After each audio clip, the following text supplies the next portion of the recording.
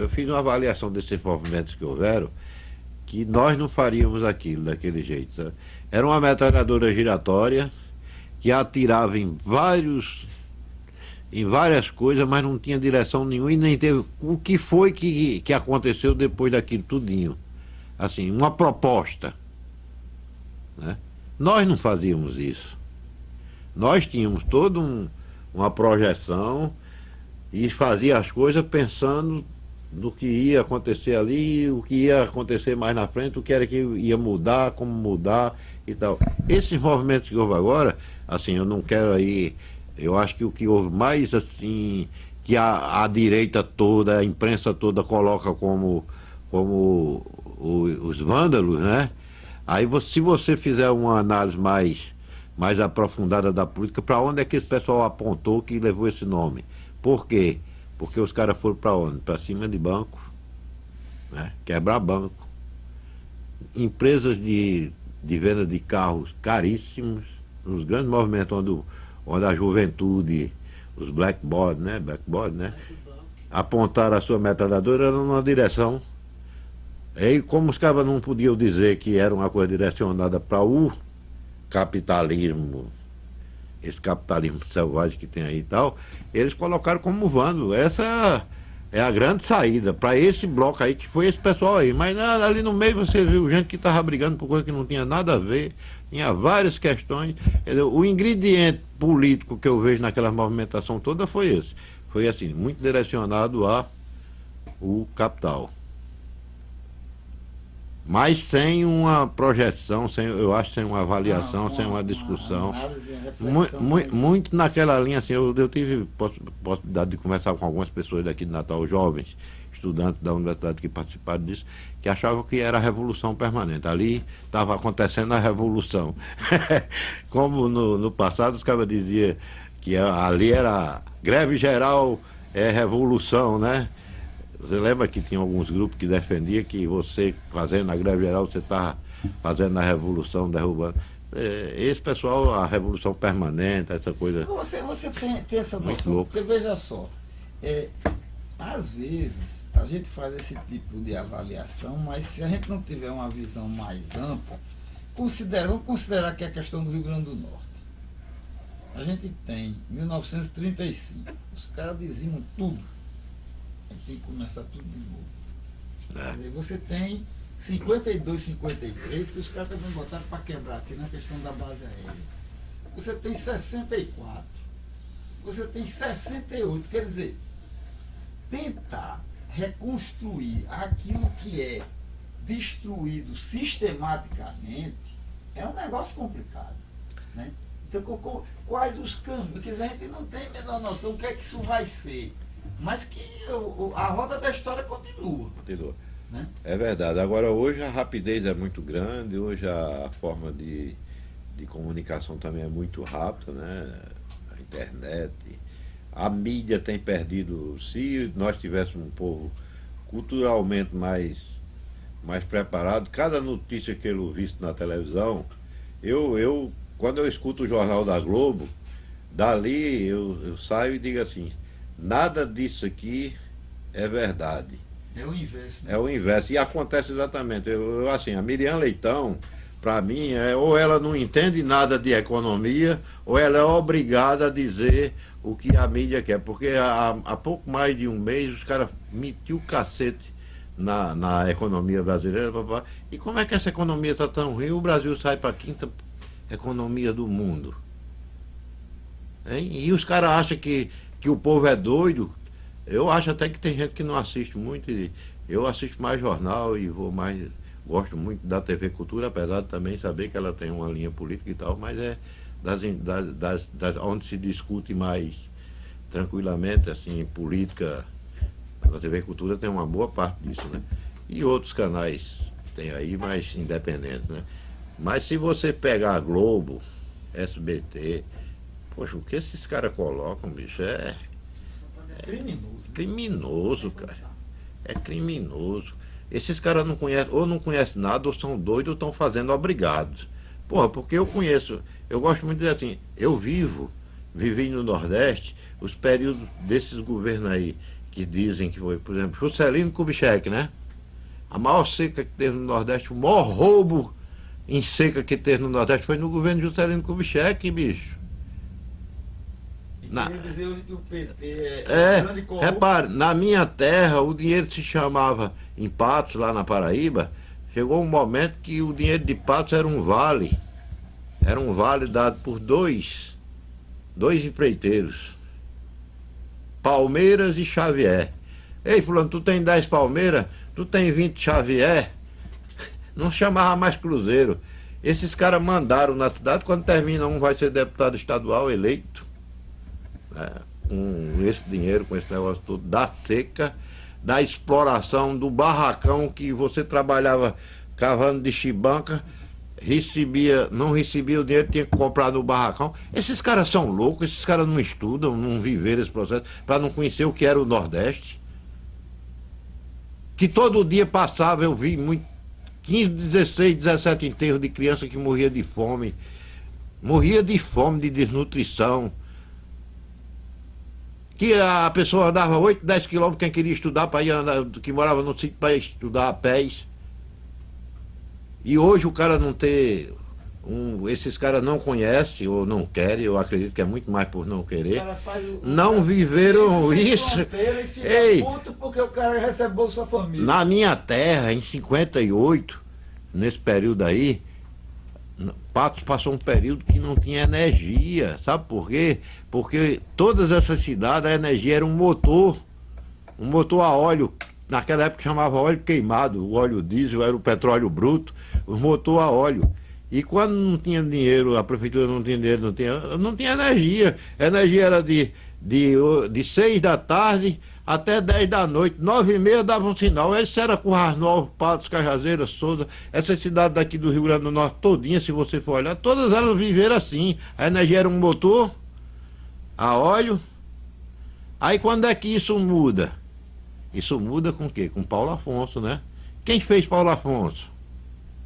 De onde vem a ideia de Paulo Afonso? É todo uma China que nunca deixou, né? E mais de quem é a ideia? Né? A ideia de Apolônio, né? O Apolônio que deu a ideia, Getúlio, como um pensador que assim, se você olhar o que há de importante na estrutura da economia e desse progresso hoje, vem de Getúlio Vargas. Depois de Getúlio, se você for olhar a estrutura, o Nordeste estruturalmente tem uma mudança completamente nesses 15, 20 anos, o Nordeste, e principalmente nesses 12 anos, uma coisa muito simples, que é a distribuição da riqueza. Isso aí está através do Bolsa Família. Os caras não aceitam, cara. Ninguém aceita, porque sabe o que é que acontecia com a menina lá do interior, filha do camponês? Ela vinha para casa do cabo aqui na cidade para ser, chamavam até de piniqueira, né? E com direito a comer, às vezes quando o cara era muito bom, botar ela para estudar, né? Ou então depois ela voltava com o diploma para o interior, que era uma barriga, que arrumava um filho aqui e voltava para o pai sustentar. Eles não aceitam que esse pessoal hoje não vai mais trabalhar desse jeito, não vai ser escravo de ninguém. Mas a escravidão no Brasil, ela permaneceu nesse processo todinho. Ela vem, essa distribuição de renda, que só quem não reconhece é essa direita, e nessa direita aí, o DNA dessa direita tá nos caras da UDN, de 64, do golpe de 54 com Getúlio, que é ali que está a direita. Por exemplo, o golpe armado contra Getúlio, a questão da disputa porque Getúlio ganhou a eleição de Carlos Lacerda, de Eduardo Gomes, e Carlos Lacerda cria um processo com a aeronáutica para tentar dar um golpe ali, né? Porque não há, o golpe estava para 54, então imagina, o golpe era em 54, por que não houve? Porque a coisa virou, de repente. Quem era que fazia parte da tribuna da imprensa? De Carlos Lacerda, Aloysio Alves, Carlos Lacerda, esse pessoal todinho era o pessoal que atacava o governo de Getúlio. Tinha alguns pontos que você não pode dizer que foi tudo bom, mas nessa questão de progresso, de estrutura, quem deu o passo inicial foi Getúlio. Ditadura, o Diabo 4, Petrobras, a ditadura, esse negócio todinho, teve passo importante, a CLT, a carteira assinada. Ninguém pode negar isso é histórico. Tem problemas, teve problemas, tem, vai ter sempre. Mas também você não pode negar que essa estrutura de Petrobras, Volta Redonda, Paulo Afonso, a primeira hidrelétrica, e o Brasil entrar numa linha de ter energia. Quando chegou a energia de Paulo Afonso na minha terra, lá em Patinho, primeiro foi de Curemas. Primeiro foi uma hidrelétrica em Curemas que forneceu energia. Acabou com esse negócio do motor e você tem energia o dia todo. Não tinha, você só tinha energia de 6 às 10. Para você estudar, era de 6 às 10. Era só ter uma seca para tu ver o que é que é. Esses caras, se tivesse uma seca igual a essa que teve agora, naquele tempo, meu amigo, esses caras nunca viram uma cidade ser atacada, uma feira ser atacada. Eu vi. A fome. Eu vi um ataque à feira, a coisa mais, assim, a rapidez é tão grande, é um processo tão rápido, que quando termina não tem mais nada, é o povo tudo com o saco na cabeça, levando, e os cabas tudo olhando um pro outro assim, tudo que é de coisa que tem na feira foi embora. Eu vi isso em 53, 58, eu me lembro de 53 ou 58, vi um ataque à feira de Patos. Mas esse povo não, ou se faz de doido, os mais velhos nunca passaram para os outros isso, mas os caras não viram isso, o processo. Tem um texto daquele cara que tinha a fala muito grossa, dizendo que o Nordeste era um problema para o Brasil, que é na criação da Sudene. Para criar a Sudene, uma propaganda da criação da Sudene, no governo de Juscelino, dizendo que o Nordeste que tinha sido sempre um problema para o Brasil, a criação da Sudene. E a criação da Sudene, na verdade, se viu para quê? Ampliar o colonialismo interno, né? Teve coisas importantes, teve, mas se você for olhar aí, você pega aqui essa questão da época da ditadura, do grupo EB.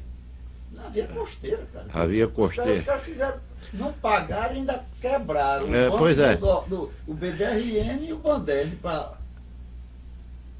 Então, repare, eu não sei, assim, eu acho que nós tivemos uma felicidade muito grande, eu me considero, como eu tive a felicidade de ver isso, antes, muito antes, e a gente viu isso, e lutamos para mudar isso.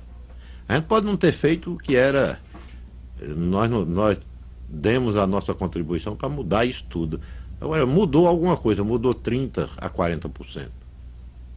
É verdade, se você chegar hoje na cidade que você ia do interior, que chegava, não tinha um supermercado, não tinha comércio, não tinha nada, vivia do que a prefeitura dava para hoje, você chega a essa cidade pequena, com 7, 8 mil habitantes, tem comércio, tem gente trabalhando, empregado no comércio, e quem sustenta essa cidade, na verdade, é as receitas que vêm do governo federal.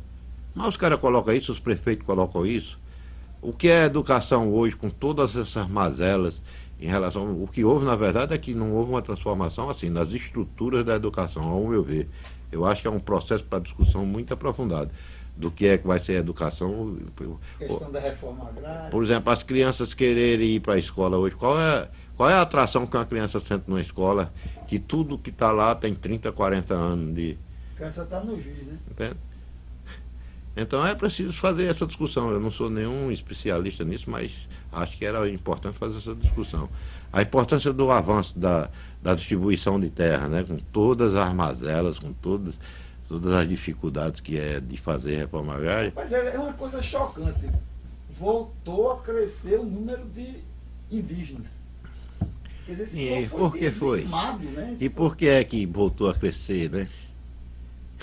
Ele era dizimado sistematicamente, né? A importância do processo da distribuição de terra, da demarcação das terras, você vê o cara dizer, você vê o disparate de um cara, deputado federal, dizer que índio, que nada.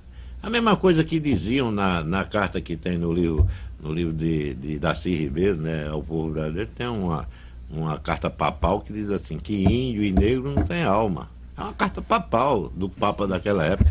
Tu imagina, esses caras pensam iguais, não dão assim, a menor importância à preservação do meio ambiente.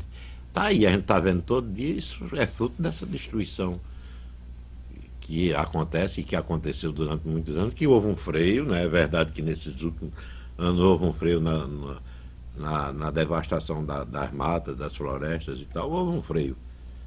Foi só o governo do PT? Não, teve importância nas músicas, teve importância nas lutas, nos movimentos ecológicos e tal, mas o PT tem dado uma resposta, o governo do PT tem dado uma resposta que freou isso um pouco. Não é ainda o que a gente queria, não é o que eu queria, que outros queriam. Tenho certeza disso, não é, mas foi o possível de você fazer nessa coisa de ser presidente da República e governo num estado em que você tem que negociar com os partidos, e a negociação não é a negociação política, é a negociação do que eu quero. Eu quero isso, pouco importa que o povo lá se lasque, mas para mim, para poder eu votar nisso, você tem que me dar isso. É assim a troca de votos na Câmara Federal. É assim. É as emendas que pagam a troca de emendas, emenda para votar. Se não fizer, não administra. Não há possibilidade de você administrar, porque o nosso povo ainda não teve a capacidade de dar uma maioria para... Qual foi o problema que o PT teve com o PCdoB, com o PSB, nessa parte de estar pedindo as coisas, de estar... Por quê? Porque eram partidos que têm uma visão socialista, né?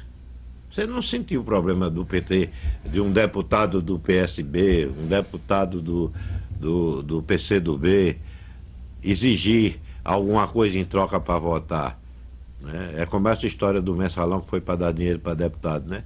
É impossível que um deputado do PT, para votar numa proposta do PT, for ter que receber dinheiro, né? Essa história, como Lula diz, ela tem que ser mais discutida, né? Mais aprofundada. O que houve, na verdade, é uma coisa que sempre houve. Desde que eu conheço de gente que Caixa 2 teve.